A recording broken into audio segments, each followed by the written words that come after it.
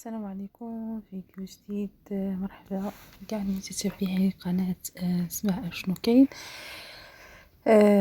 كيف شفتوا اليوم كلشي مواقع التواصل الاجتماعي اليوم كتحدث على الموت ديال انور العثماني، اللي لقوه مقتول او مذبوح بحال شي حولي. كنقولوا الله يرحمه، الله يوسع عليه، والله يجعل مثواه الجنة، والله يصبر لميمتو بالدرجة الأولى، وخوتو وصحابو وعائلتو وكاع حبابو وكاع الناس اللي كيبغيو أنور.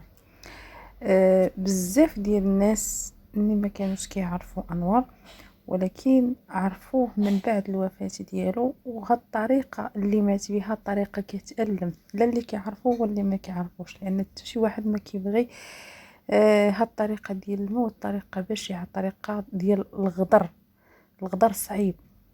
كنتمناو ليه الجنة ان شاء الله، والله يرحمه ويجعل مثواه الجنة ان شاء الله.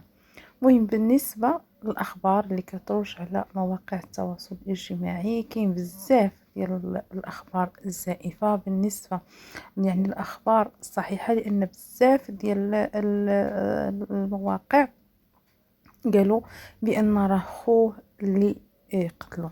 حشومه اننا نحطوا شي اخبار حتى شي حد مازال ما عرف نقتلو شكون قتل انور باش نوضوا نقولوا راه فلان هو اللي قتل فلان، يعني نحطوا الباطل غير هكاك، مهم باش على حساب مشاهدات ولا يعني الاخبار الصحيحه انه انور ما كانش داير حفله في الدار، وماشي خوه اللي قتلو، وما عندوش خو كبر منه، لان خوه اللي كاين هو الاخ ديالو، يعني صغر منه، وصحابو ما كانوش معاه، يعني ما كانوش معاه. والدليل الدراري مصورين فلوق ديال التحركات ديالهم في النهار ديال الجمعه. اللي قتلو هو اللي مسح ليه يعني الانستغرام ديالو، حسب ليه مسح ليه التيك توك ديالو، مسح ليه كاع دوك اليوتيوب ديالو، داكشي كلشي داك يعني المواقع اللي كان داير، اخترق ليه الحسابات ديالو وحيدهم ليه. شكون قتلو حتى شي حد ما عارف، والتحقيقات باقا خدامه. صحابو تحت الحراسه النظريه من اجل التحقيق لا شيء اخر.